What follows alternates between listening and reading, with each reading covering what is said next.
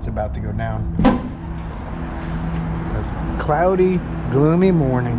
Here opening up the shop so we could spend a day on flat rate. I'm Jimmy. We're making it work like never before. As things get crazier and crazier and crazier, we just keep on rowing, doing what we can to make it a productive day.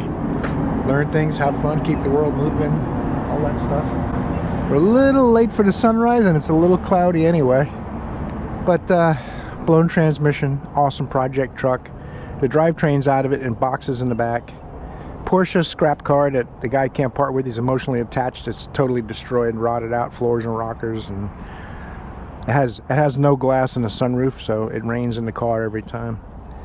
Silverado needs an engine, I believe. Waiting here on the extended warranty. Mercedes needs a transmission. GMC Joe put an engine in yesterday. Camaro needs an engine out there. Kia just came in this morning. Motorhome. I saw the overnight drop bag. It said engine diag, check engine light on. Mercedes diesel camper.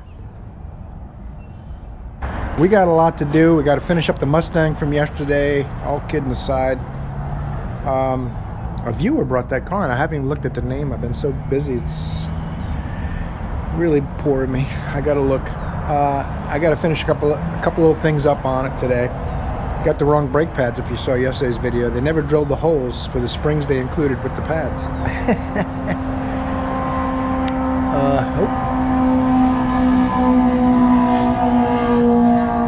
He took the muffler off, but he's at least driving civilized. That's good.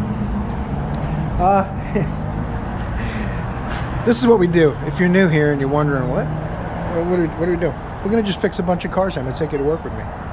There'll be a little horsing around, a little bloviating, a little opinion here and there, and hopefully I'll help you out with something you might be wondering about. Maybe you can get in the comments and help me out with stuff. It goes both ways. I hardly know anything, never mind everything. So let's enjoy a nice warm muggy morning, get the shop open up, and see what we can do today to get things done. Stay tuned. I got a ticket for a Buick Encore, I think it is, to check the AC and do an oil change, but then my brake pads popped in, which is awesome. I've already got the hardware, so I'm going to put it in this box with the defects. Bust out the good pads, which I've already looked at them to verify that they have the holes they're supposed to have. That's very strange, but with quality control out the window, things aren't like they used to be. You gotta expect that kind of thing nowadays. All the holes in the top like they're supposed to be. Everyone is gonna feel like a winner. Especially Sean, who owns this Mustang. So I generally just put the spring in and try to hold it. Mr. Jimmy, do these have the holes that are required to install the pads this time, sir? Yes. Oh, you already have pads? Yes, sir. Not the ones that are in my hand. Okay, never mind. Boom. Look at that. And here you go then. Here is the recharge of the oil. All right. The oil of recharging. Excellent.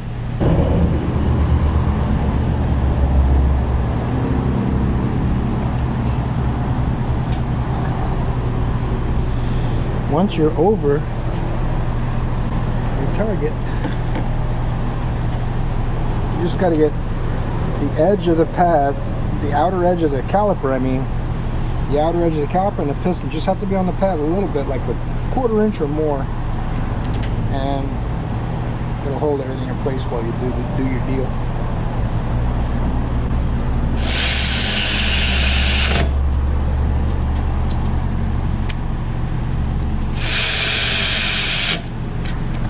We've got two 10s we got to contend with. Or I should say, doesn't have a lot of memory to it because the car's not at ride height. At ride height, it probably, these brackets probably stay in place a lot better. But then you can't have the wheels off.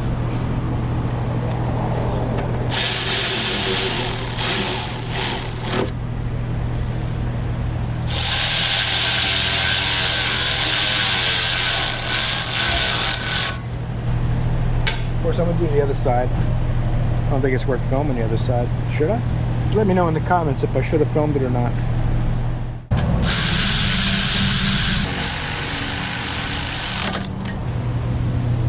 One good thing about these larger batteries, you can stand your tool up while you work with one hand holding the camera. Super handy. Holy moly, man, this cable is really a fight to get this bolt started straight.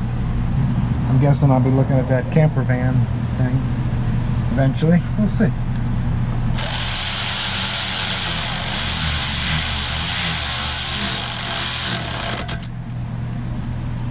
What would they do without me? They'd have about 6,000 vehicles out in the parking lot no one else wants to work on, I guess.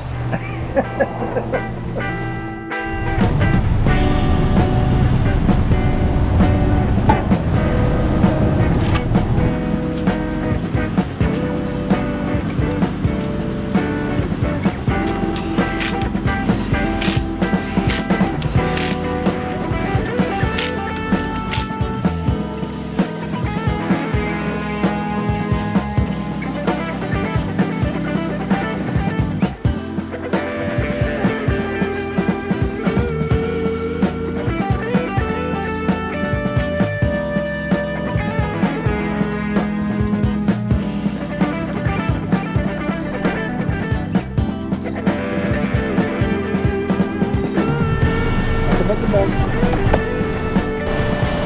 No soap. Just one little spray, which happens to be right here. So if you have a lot of oil in your filter, oil gets on the filament, contaminates it, and you get mass airflow sensor codes and weird drivability problems. If that happens, you can use mass airflow cleaner and clean it off. That's why I spritzed it with the spray. I didn't go until oil was dripping out of the filter, like a lot of people do. And that's mostly what causes problems. I would recommend taking that filter out of the car completely, but that's up to the owner, not me.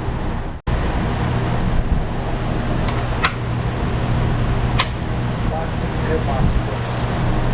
Alright, coolant's topped up. This takes that yellow, I think I mentioned that. I do have to make sure there's no air pocket.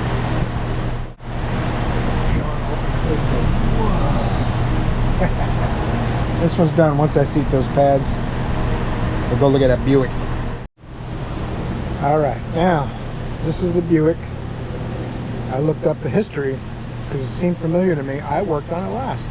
They declined front brakes, rear brakes, cabin filter, drain flush cooling system, tires, air filter, but they've declined everything. So now we're going to go through the process again. We're going to check their brakes.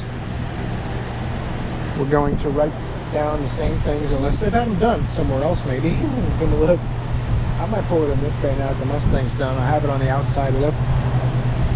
And those things have that filter that's down under the exhaust manifold. Big fun. A little easier on this lift, I think, than the drive on, because that makes it 1 story above T-Rex height. Let's move it over here real quick.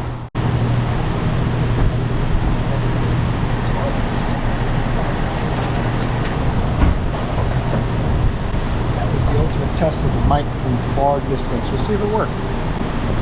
Headlights are full of moisture. That's not good. I saw a video where a guy had a new Silverado and the lens was damaged and the bulb got water contamination.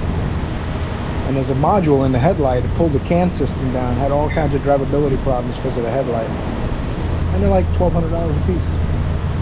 Here's a filter down there, right above the motor mount, which is also bad because it clunked pulling it in. Let's see if I can reach it from here. I'll put a drip pan underneath. It's a little hot. I'll let that have its way and drip a minute. Top off the washer fluid, check the other fluids, see what they look like. Again, you declined everything last time. But you gotta go through the process every time, so it's up to date. She might have done some of the work, which doesn't look like it. We'll find out.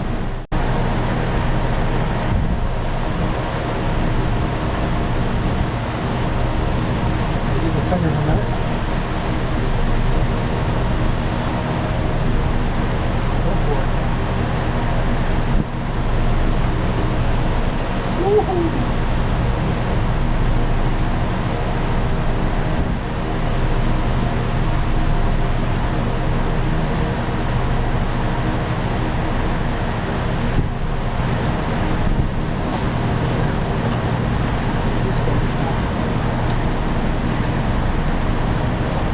That was the hard part. Done.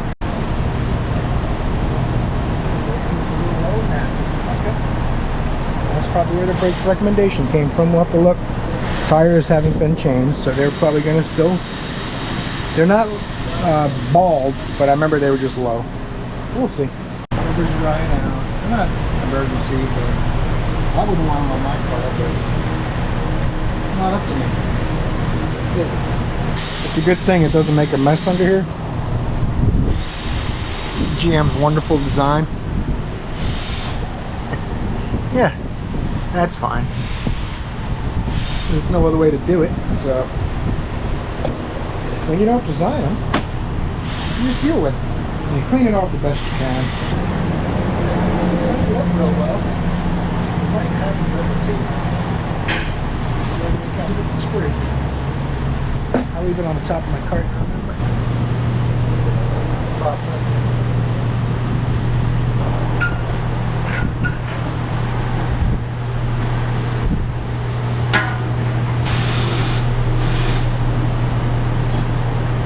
She must drive a lot. 1,000 miles overdue. And I remember this vehicle from not long ago, a couple months ago maybe. It's hard to say for sure.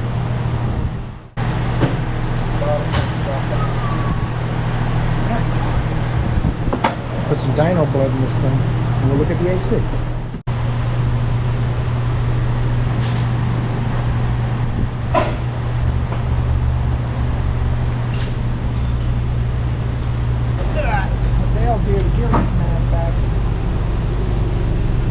Oh yeah, the tool guys here.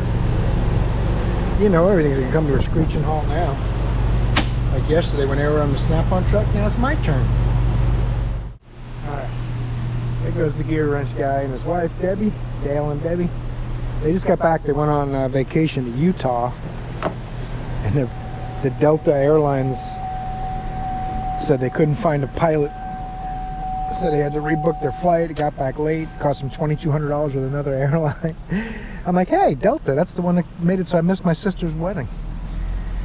Anyway, I'm gonna fire this up. See what's going on with the AC now. Interesting morning. It's definitely cold up front. Let's see the back here. I gotta figure out how this all works. It's different for the rear. So the rear, we'll get in the rear seat, see if there's a control back there. Some of them, when that light's on, enable the rear. Some of them, when that light's on, disables the rear. The vents are closed. The air don't work if the vents are closed, I can tell you that much for sure. Plus 12.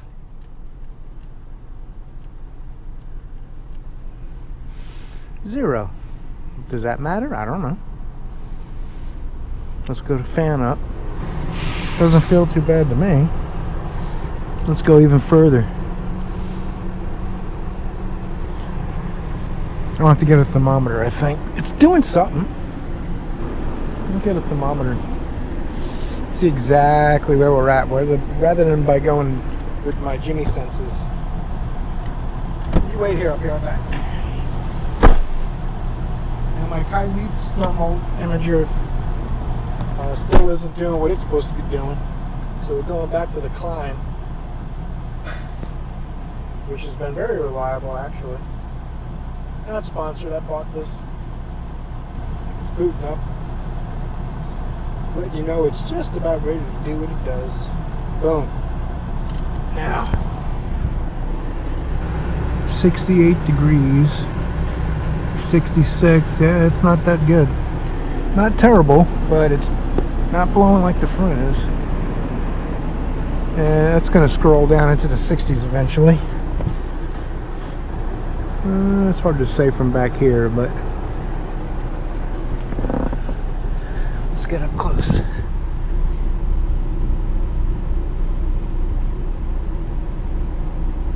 Yeah, we're going to be in the 40s in the front.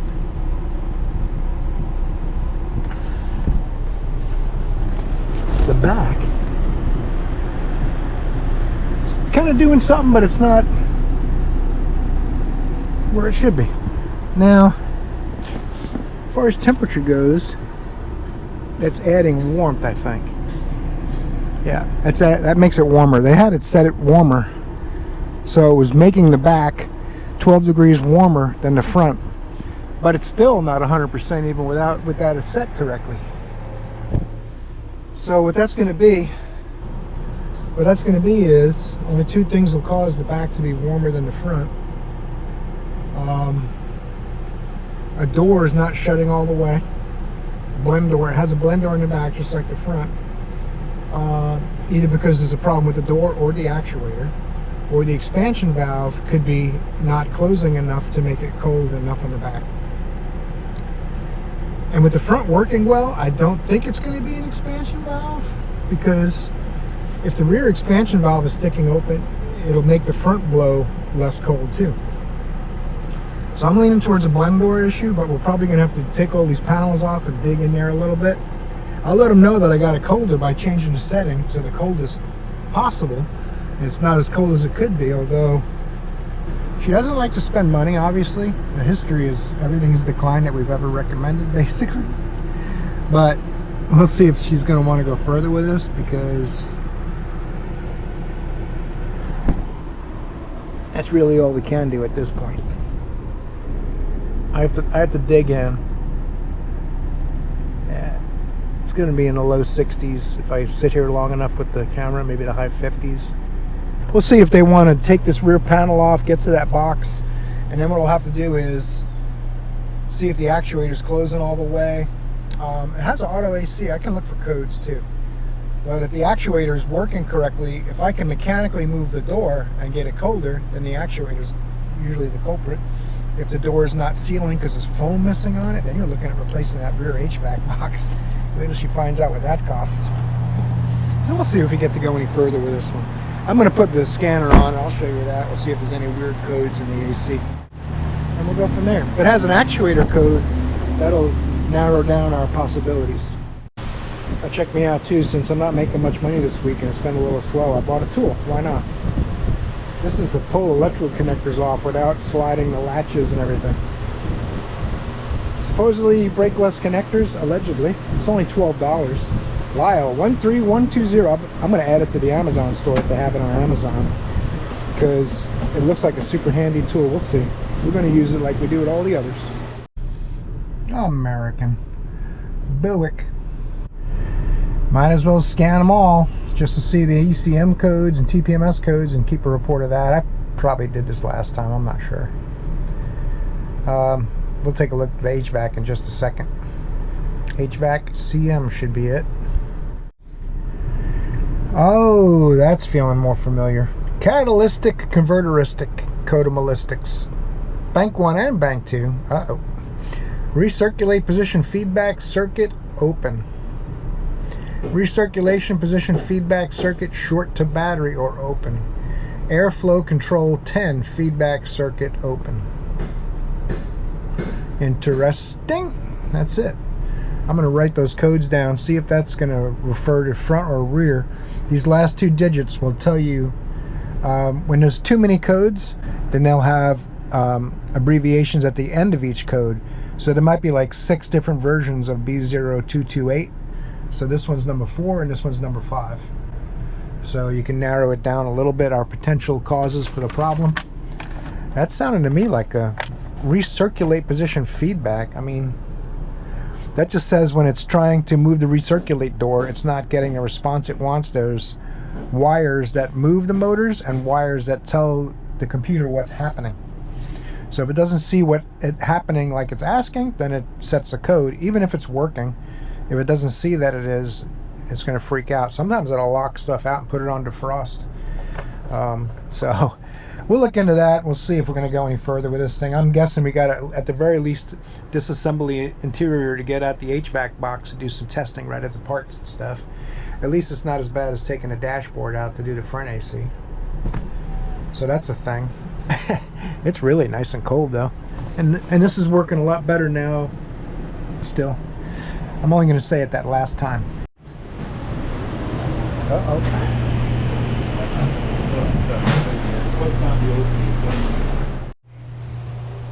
2016 Mercedes GLS 450, I believe it is. Airbag module. It has a internal failure code, not much diag going on with that. And it's got codes for some other things, but he's concerned about the airbag light. I don't blame him, because with an airbag code, it means you got no airbags if you have an accident. Some ways it's good, sometimes it's bad, I guess. Some people have been killed by their airbag, from what we're reading. I think it was Takata, but they're bankrupt now, so. Anyway, the airbag module's under this cover. You gotta cut this back. You see that there's like all kinds of stuff. That's the connector for it, but you gotta cut it back to get it out. There's a couple of bolts holding it in, 2 or 3. But before I do that, the console is 4 bolts. It tells you to mess with the DVD player, which I did, but it wasn't holding anything. I just tugged on the console and it moved back. The wiring's still connected. I gotta move the seat forward to get to the battery to disconnect it before we do the airbag.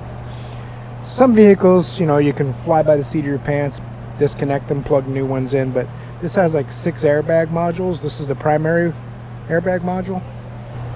So that's what we're gonna do now. Disconnect the battery to make sure, because it's really expensive on this car if all the airbags go poof. So nobody wants that. And I gotta lift the seat up. The battery is under the passenger seat.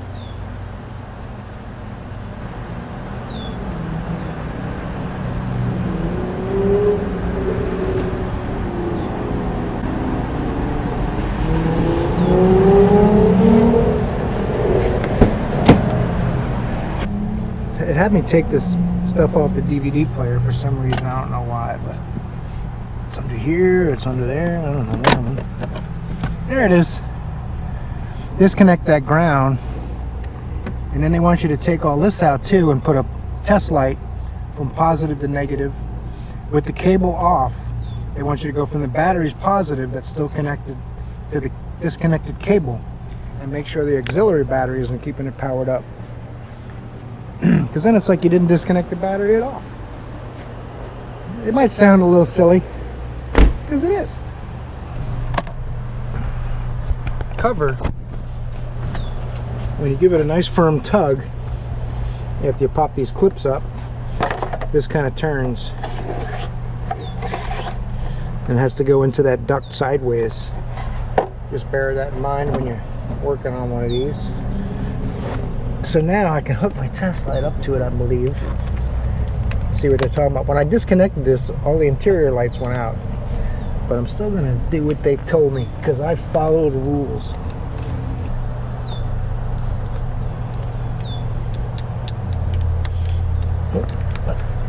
That's the one? Yeah, it is. I just moved on the bolt. I have no power at the negative side. Okay. Alright, we should be good now. I'm gonna get a razor knife. My pocket knife I could probably sharpen and cut that stuff, just to peel it back and get to the module. Sharpened it a little bit, it might work, we'll see. You guys try to maintain your bearings. I don't know if it's gonna work, but you're precariously balanced against the kick panel.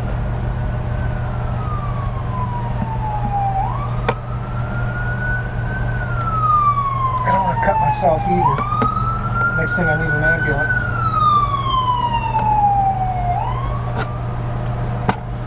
Get it? Because the ambulance was going by. I don't know what spilled on this, but it's gross. It's sticky and stuff like that. That's center console. At least Mercedes, I gotta hand it to them. They covered it and tried.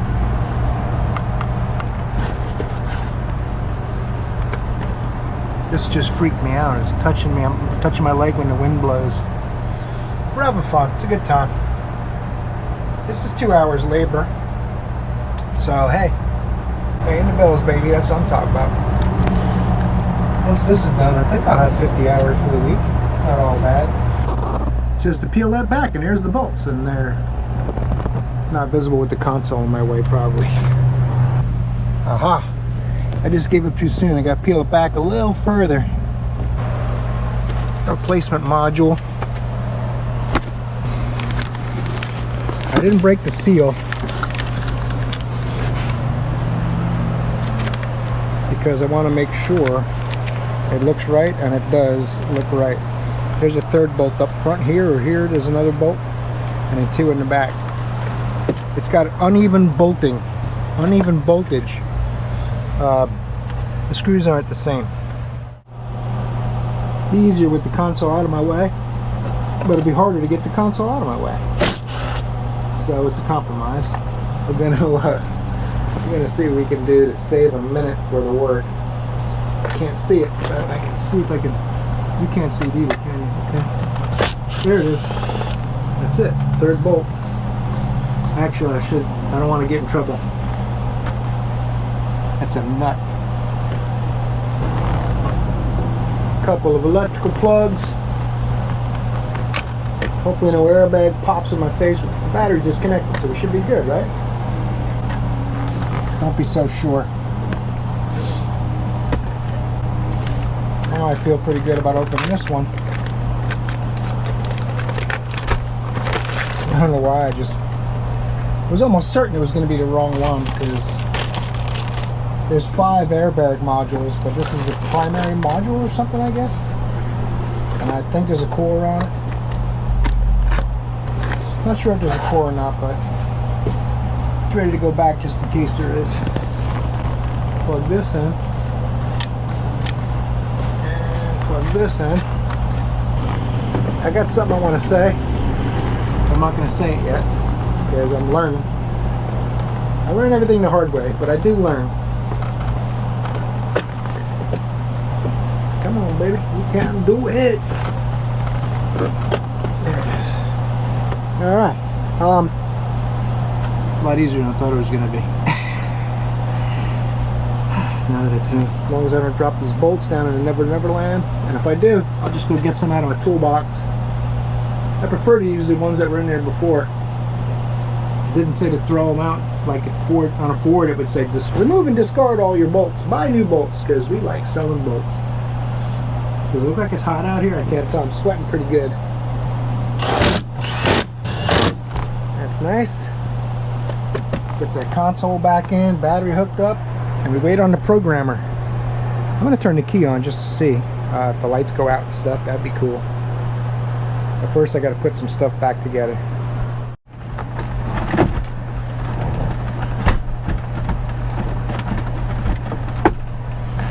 Whew. Now I got to get 2 bolts in the front. And 2 bolts in here. And I unnecessarily took this apart for no reason. I guess they want you to disconnect the wiring. You got to pull the DVD player out, unplug all the wiring to get the console completely out of your way. But I don't think they understand flat rate. All my screws and little rubber covers are there. That's pretty easy. We should be able to start this up. Ooh, that's right, I had to move the key out of the way. That's something I left out of the instructions. Remove the key far away, so the system doesn't see a key and get sad about the battery being disconnected while it's live. Where were we?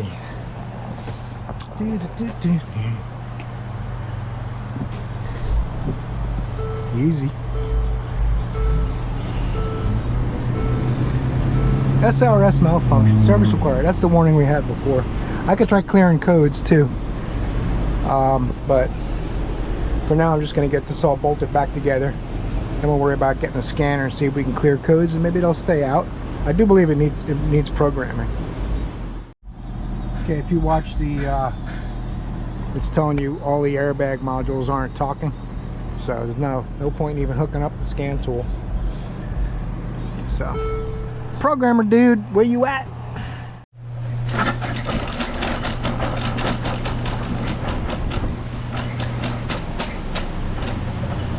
Sure why we pull them all the way forward, but hey, make you happy. That's what you do. That's why we're going all the way forward.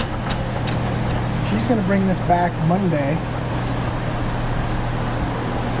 I told them because of the codes, it's probably the actuator, but we need to dig in to be sure the door's not broken or anything weird, or foam's not missing off the door. So she's like, okay, I'll bring it back Monday.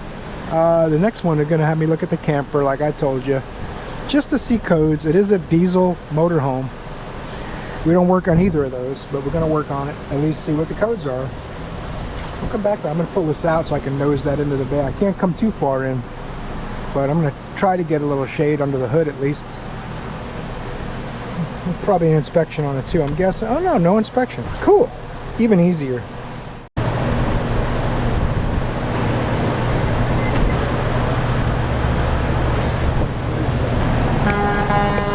Oh, pulled out in front of the old gasoline truck. What's the worst that could happen? Pull it out in front of a tanker truck. No worries. You got places to go, man. They'll wait. They got brakes. European. Mercedes. The air works. That's good. There you go. That works even better.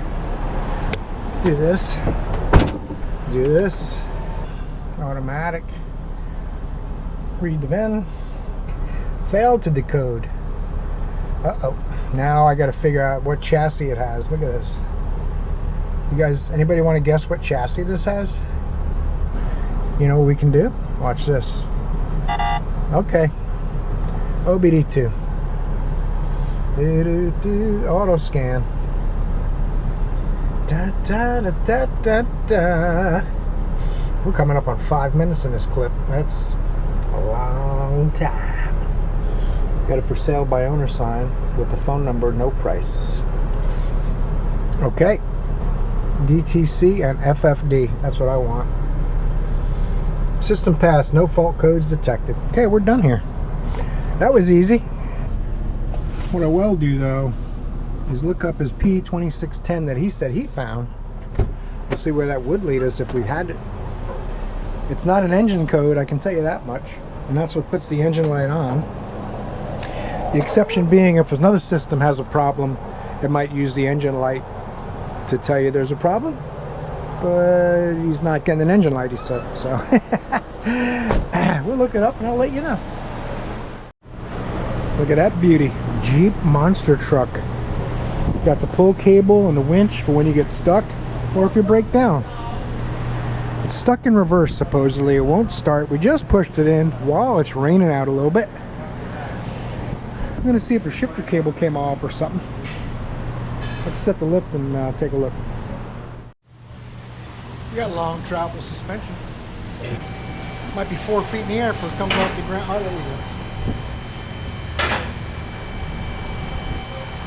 There you go. Roll around under there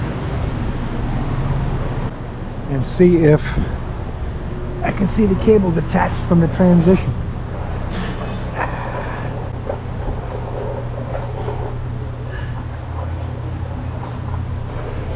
Uh-oh. Where'd it go? Aha. It's hard to see. Let's get some lighting on the subject. I took it out of my pocket to go to lunch. Paul's Deli today. Had the corned beef. Man, that was good. Oh, there it is. Came off at a transmission end. That's unfortunate. Goes right on the deal right here. That's neutral. Boom. Fixed.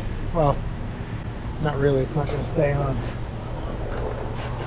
So now we get to see if we can. Sometimes you can get a universal adapter bushing. Get it to clip back on. Sometimes you got to change the whole cable. It's been a minute since I did one, but not that long. Maybe you guys that watch a lot have seen my shifter cable replacements on occasion. Let's see what he wants to do. I gotta do an inspection too, but he's a mechanic. So we had a laugh. I'll show you the rear wiper once I let it down.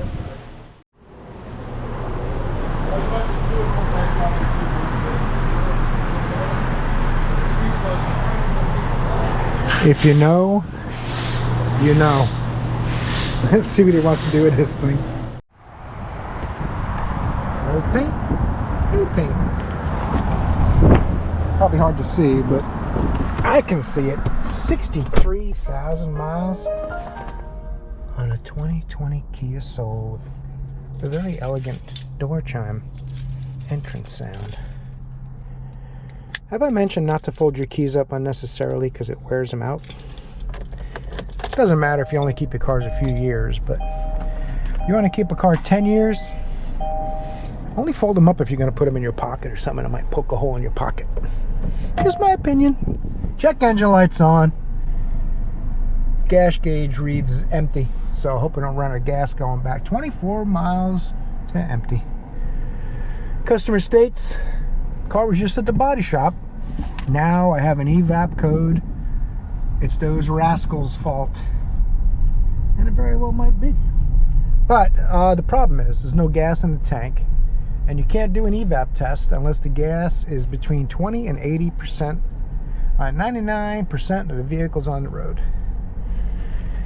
So I'm just gonna look around, and I can put the scanner on. The customer's already said it's a P0455 evap code.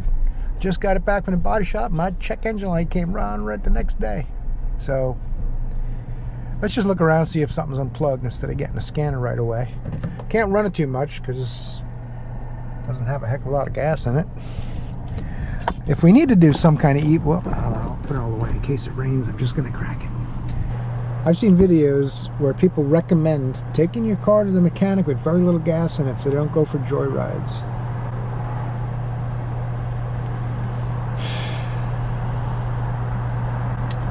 The percentage of mechanics taking your car for joyrides is way lower than the percentage of people running out of gas driving their cars close to empty.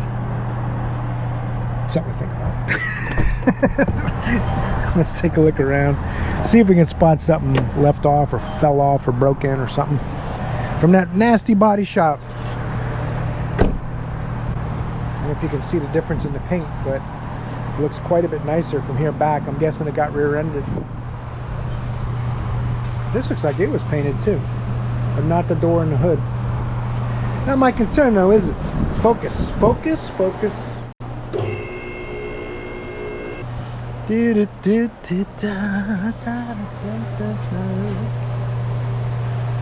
Oh, that's easy. Fixed it. See it? Let's see if we can do this. Laser. See that?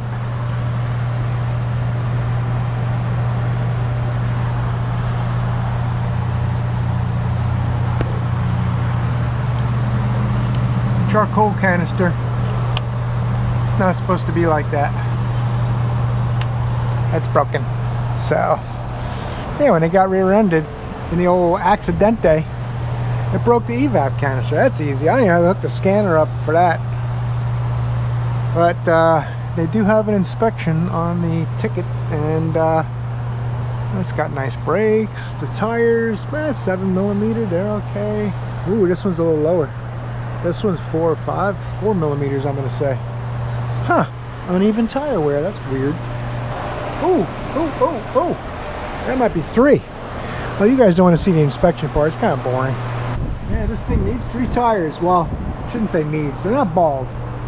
But have I mentioned before that in the rain here, it rains heavy. When we were coming back from lunch, 4 of us went to lunch today. We took my truck. But it was raining so hard I had to use the high speed on the wipers and go about 10 miles an hour under the speed limit because you couldn't see. You couldn't see more than about 20 or 30 feet in front of you. So, I mean, it rains. So what happens when that happens is the tires can't displace water if there's no tread, or if the tread is this deep. Even though they're not on the inspection bar, they're close. And that means that you can hydroplane a lot easier. So in this area, we don't really play with tires getting low. We at least are going to say, hey, it's a good idea to change those tires. And if they say, you're crazy, I run them till I can see cords. Okay, it's up to you. I have done my part. Let's see what happens with this car. I'm waiting here in the Jeep still too. That may be next week, but we'll see. It's getting to be late now. It's like 3:30. Oh, that's going to get annoying quick.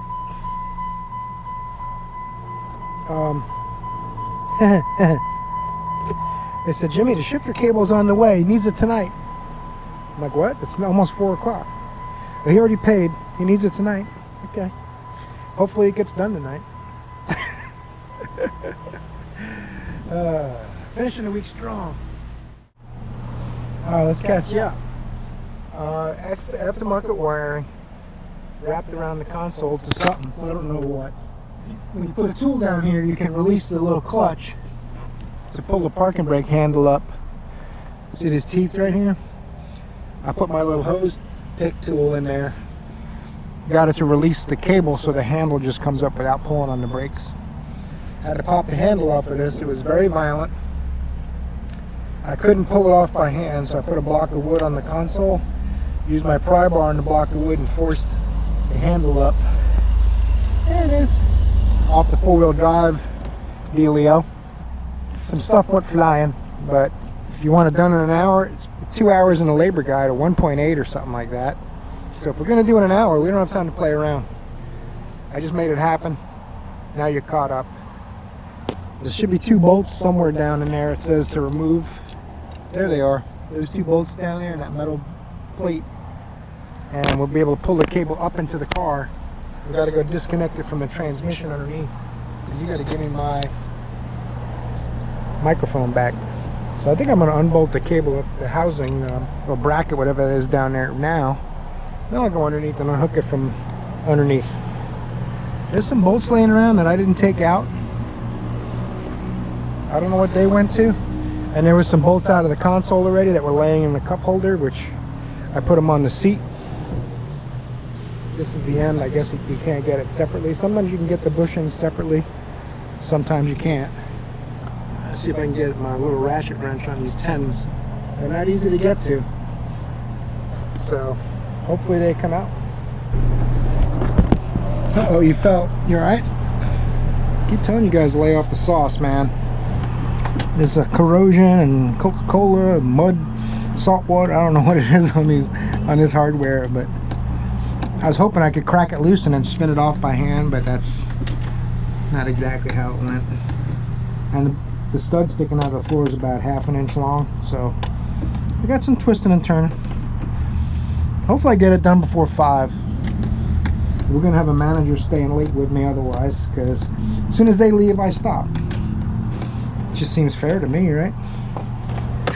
Alright, I think I can get it with 2 fingertips now. Ooh, my goodness. I'm just glad it's a stud and not a bolt, because finding the bolt hole going back together would not be fun. And I got to get one more over here, which I can't even see. So I can feel it with my fingertips, so that's good. Come on, bolt number 2, you can do it.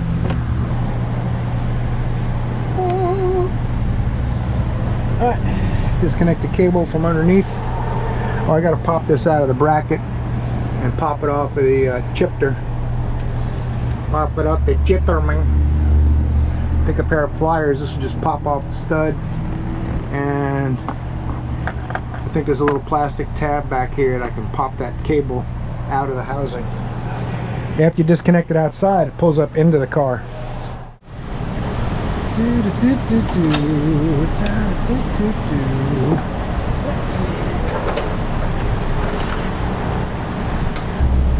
I just popped this out. It's got these little metal spring clips. No real retainer other than it just latches with a little spring clip. So I should be able to pull it up out of the hole that we had inside the car. Hopefully. We'll see. Got quality dormant part. There's a part number if you need it. I know. It's really hard to see in here, huh? It's going to go in there like this. This is the part that I popped out of the transmission, this little metal spring.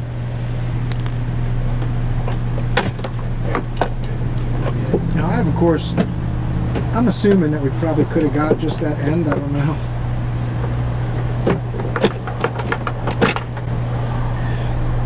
But this way is more profitable. I don't know. Who knows? I know one thing, it's out. And this one is going in. Trying not to knock any parts off of it. Hope that it faces the right way on the bell housing. I'm gonna have to lift it up and help push it to the left. It's hitting something in the transmission area. So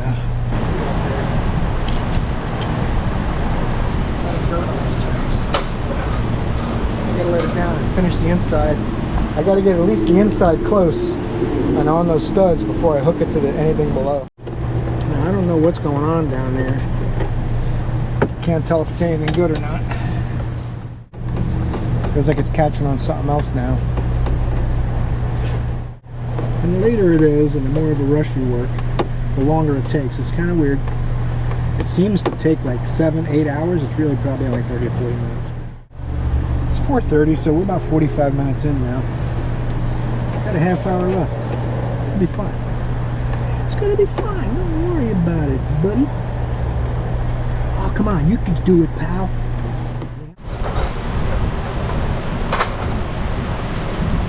Watch your head. Try not to get any birthday gashes. I know you guys like to be informed. And harness and everything up there. I don't know what it does, but it's attached to the transmission wiring and stuff, probably for some kind of auxiliary camera they added for the backup dealio. 2007 didn't come in any of that. Hot rod stuff. No big deal. See? That's all the crying about, Jimmy. That was easy. One of my nuts on it. Let me get my other nut on it.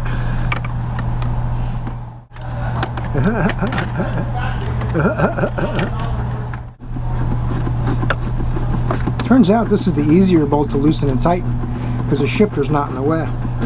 Who knew that was going to happen? I certainly didn't.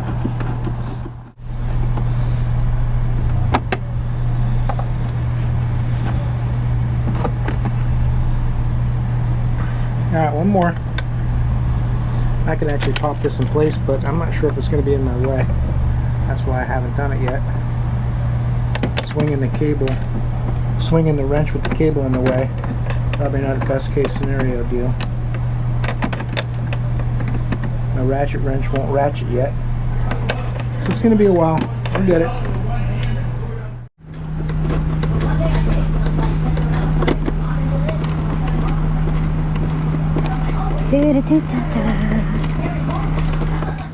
Hey, you want to go pretty tight on these because you go swamping up in there in woods right there, you're going to get stuck up in the mud, you know what I'm saying? You gotta get that tight right there. You're bass fishing and stuff, man, you don't want to get no water up in there, Jeep, right there.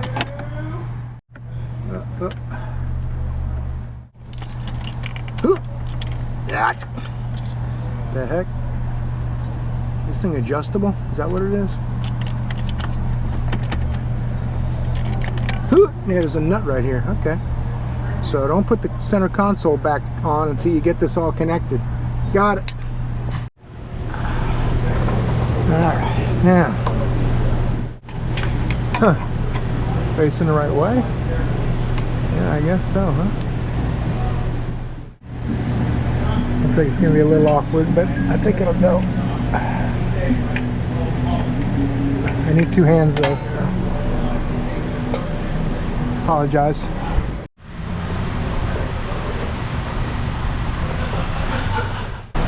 That's cool. Oh, you think I'm kidding?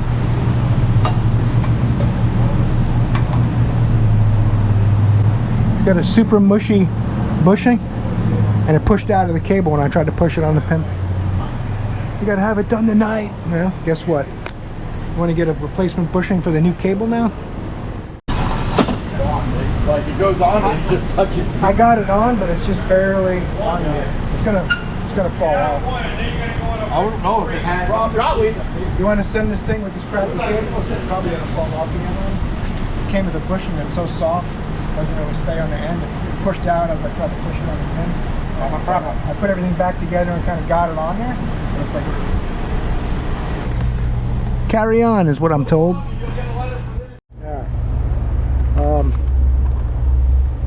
They called them and let them know that the shifter cable's kind of sketchy.